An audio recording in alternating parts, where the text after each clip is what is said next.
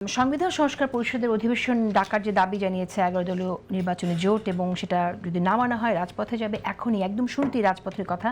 সাইদ আব্দুল, আমি আপনার মন্তব্য শুনতে চাই যে এই বিষয়টা আসলে সুরাহা কিভাবে হতে পারে।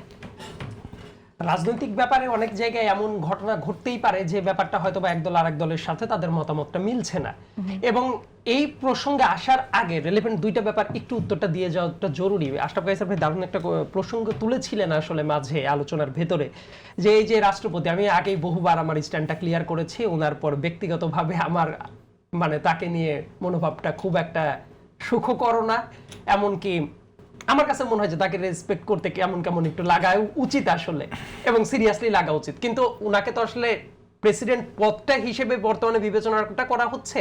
সো ওই সুবাদেই ওই যে সংসদে আজকে হঠাৎ করে একটা পত্রিকা দেখলাম যে হেডলাইন বিভিন্ন ওই যে ডিজিটাল ইসের, যে রাষ্ট্রপতির ভাষণের পর আবার এই আলোচনা করা হবে সংসদে, এটা নিয়ে কথাবার্তা বলার কি আছে, সংসদের রীতি মানে রীতি পড়ে, মানে if you look at the constitution of people's republic of Bangladesh, কনস্টিটিউশনের যদি ৭৩ নম্বর যে আর্টিকেলটা আছে, আমি একটু পড়ছি ৭৩ নম্বর আর্টিকেলটা।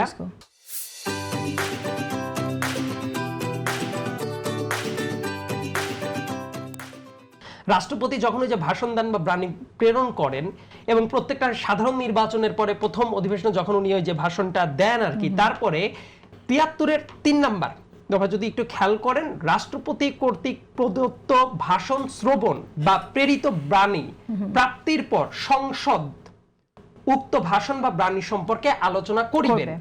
এইটার ইংলিশটা আবার একটু বলাটা জরুরি, কারণ একটা ব্যাপার আছে, এটা আমি বলি যে ওই আর্টিকেলটা ইংলিশে বলছে parliament shall after the presentation of an address by the president or the receipt of a message from him discuss the matter referred to in such address or message। তার মানে পার্লামেন্ট শ্যাল মানে এই যে বলেন যে আলোচনাটা করার এই বাধ্যবাধকতা কনস্টিটিউশনের ভেতরেই আছে, এইখানে আলাপ আলোচনা করতে। কিন্তু আমি যেটা মনে করি এই যে এত মিনিট, এটা হলো সংসদ সদস্যদের যে সংখ্যা প্রত্যেকেরই করতে হয়, কিন্তু আমি দৃঢ়ভাবে বিশ্বাস করি এটা নিয়ে কেউ প্রশংসা বা নিন্দা বা কোনো কিছু হালকা একটু স্লাইটলি টেনে অন্য আলোচনা করতে পারে, পুরাটা আসলে সব সময় যে এটা নিয়ে এখানে আমাদের একটু কথা বলা উচিত যে রাষ্ট্রপতি যে ভাষণ দেন সেটা রাষ্ট্রপতির একটি ব্যক্তিগত মতামত সেখানে থাকে না, সেটা কিন্তু আসলে ব্যক্তিগত মতামত থাকে না। এটা ব্যাপারটা হলো সরকার দল সেটাকে আসলে অ্যাপ্রুভ করতে হয় এবং সেটা ক্যাবিনেটে যায়, এর মধ্যে দিয়ে সেটা আসে, মন্ত্রী পরিষদ থেকে ড্রাফটটা করা হয়, এবং 1996 সালে শেখ হাসিনা নিজেই এই পদ্ধতিটা নিয়ে এসেছিলেন মোটামুটি। সো ব্যাপারটা হলো এই যে এইটা নিয়ে কথাবার্তা চলবে। আমার চাওয়াটা হলো কেউ যদি অপছন্দ করে পার্লামেন্টে, সেটারই আলোচনা মানে কি? আলোচনা মানে কি শুধু প্রশংসা করা নাকি? আপনি ভাই পছন্দ করতেছেন না, নিন্দা করবেন, মানে ফেয়ার না একদম। যদিও অতীতের উদাহরণ হয়ে দাঁড়িয়েছে, আমরা একটিও নিন্দা শুনি নাই, না, কিন্তু আমি দৃঢ়ভাবে বিশ্বাস করি যে বর্তমানে যদি আলাপ আলোচনাটা হয় সব জায়গা থেকে প্রশংসা আসবে বলে এখানে যেত না। আর আমরা ওই মৃত সংসদ এই মৃত সংসদ দেখারও কোনো কারণ নেই, ডেড বডিরা কথা বলছি এক্স্যাক্টলি। না, এখানে ভাইব্রেন্ট একটা সংসদ দরকার আলোচনা সমালোচনা। এখানে যে ব্যাপারটা সেটা হচ্ছে আমরা একটা এক্সট্রা কনস্টিটিউশনাল অবস্থায় অলরেডি আছি। আমরা যদি বলি যে এই যে আমাদের এই সংসদ থেকে শুরু করে আমাদের সংসদে তো হচ্ছে সভাপতি হিসেবে একজনকে নিয়োগ করে তারপরে হচ্ছে স্পিকার নিয়োগ করা হলো, কিন্তু এখানে আমরা একজন পতিত স্বৈরাচারের দোসরকে নিয়ে কেন এখন আমরা মাতামাতি করব?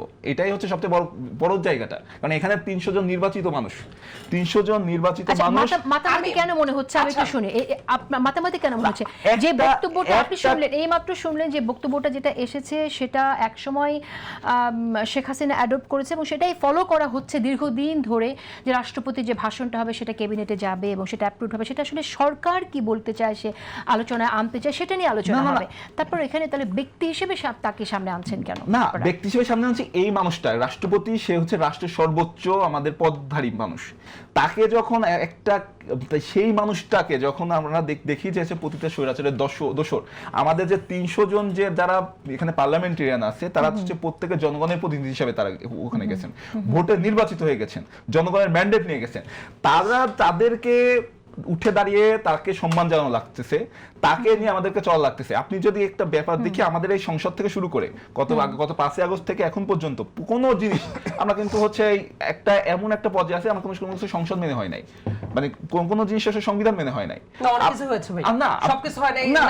সংবিধান আর্টিকেল 106 দিয়ে ওইটা কনস্টিটিউশনের ভেতরেই আছে। তারপর অন্তর্বর্তীকালীন সরকারে যে উপদেষ্টারা শপথ নিয়েছিলেন তার ভেতরে তারাও কার কাছে তারা শপথ নিয়েছিলেন উপদেষ্টা হিসেবে, তারা শপথ নিয়েছে উপদেষ্টা হিসেবে, তারা যে শপথ বাক্য পাশ করেছিলেন সেটা হচ্ছে 50 সংশোধনের আগে যারা উপদেষ্টারা যেই যে রীতিটা follow করতো, that was- সেই হ্যাঁ, রীতিতে exactly. পঞ্চদশ সংশোধনের পরে জি। ওই উপদেষ্টা পদ নামে জি। এবং উপদেষ্টাদের শপথ নামে কোনো কিছু কনস্টিটিউশনে ছিলই না, তার মানে ছিলই না। আচ্ছা, কিন্তু শুনেন, এটা শুনেন, যেহেতু হ্যাঁ। গণ অভ্যুত্থান সবথেকে বড় ম্যান্ডেট, obviously, গণ অভ্যুত্থান সবথেকে বড় ম্যান্ডেট, obviously. এবং হচ্ছে এখানে যারা কনস্টিটিউশন সরকার ছিল তারা জি। দেশে নাই, তারা সবাই হচ্ছে দিল্লিতে পালাইছে। জি। সেই অবস্থাতে একটা এক্সট্রা কনস্টিটিউশনাল অবস্থাতে অনেক কিছুই হইতে পারে যেটা পরবর্তীতে বৈধ করে নিয়ে যায়। এই কারণে তো পার্লামেন্ট। অবস্থাতে এই ব্যবস্থাটা করা লাগছে। এখন যখন এই জন্য ভাই পার্লামেন্টে কেন? এখন যখন অনেক আমরা কিছু- এখন অনেক কিছু যখন করে আমরা নিতে হয়। 300 জন আচ্ছা। নির্বাচিত পার্লামেন্টারিয়ান না, আমার মনে হয় সেই ঠিক ব্যাপারটা আছে। পার্লামেন্টে আলাদা হ্যাঁ। করে বৈধতা নিয়ে ওকে, নিয়ে ওকে, সমস্যাটা আচ্ছা, কোথায়? এটা তো প্রথম দিনে চাওয়া ছিল যে অভিশংসন হবে, এইবার ব্যাপারটা না এটা আপনার অভিশংসন চাওয়া হবে। ছিল, আমি বলছি।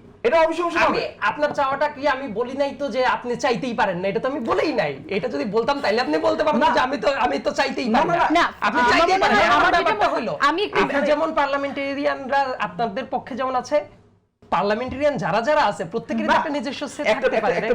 আচ্ছা, আমি একটু ব্রেকে যাই, ব্রেকে জি। আপনি তো বলছেন যে ফ্যাসিস্টের দোষর ছিল, না, সেজন্যই তো তারপরে অভিযোগ। আমার- কিন্তু আমার কথা একটু অ্যাড করি, সেটা হচ্ছে যে জামাতের আমিরের বিরোধী দলীয় নেতার, বর্তমান বিরোধী দলীয় নেতার যিনি উপদেষ্টা, পররাষ্ট্র বিষয় উপদেষ্টা, তিনি তো শেখ হাসিনার সাথে ছিলেন। তিনি ফ্যাসিস্টের এনেবেলেন না? অবশ্যই। তাহলে তিনি সাথে থাকতে পারেন, এবং তখন তারপরে আপনারা না, প্রতিবাদ জানান দেখেন না। আমি রাষ্ট্রপতিকে নিয়ে আমার কৃষ্ণনন্দীকে ব্যক্তিগত নিয়ে যে কথা আগে প্রশ্ন বলেছি। ছিল, কৃষ্ণনন্দী তখন গেছে, ভারতে গেছে, এত মিটিং করেছে। কিন্তু জাতীয় সংসদ আমার টাকায় চলতেছে, জাতীয় আচ্ছা, সংসদ আমার আচ্ছা। ট্যাক্স পেয়ারের না, টাকায় চলতেছে। এই জায়গাটা জামাত এবং আপনারা একই টোনে কথা ভাইজান, বলেন।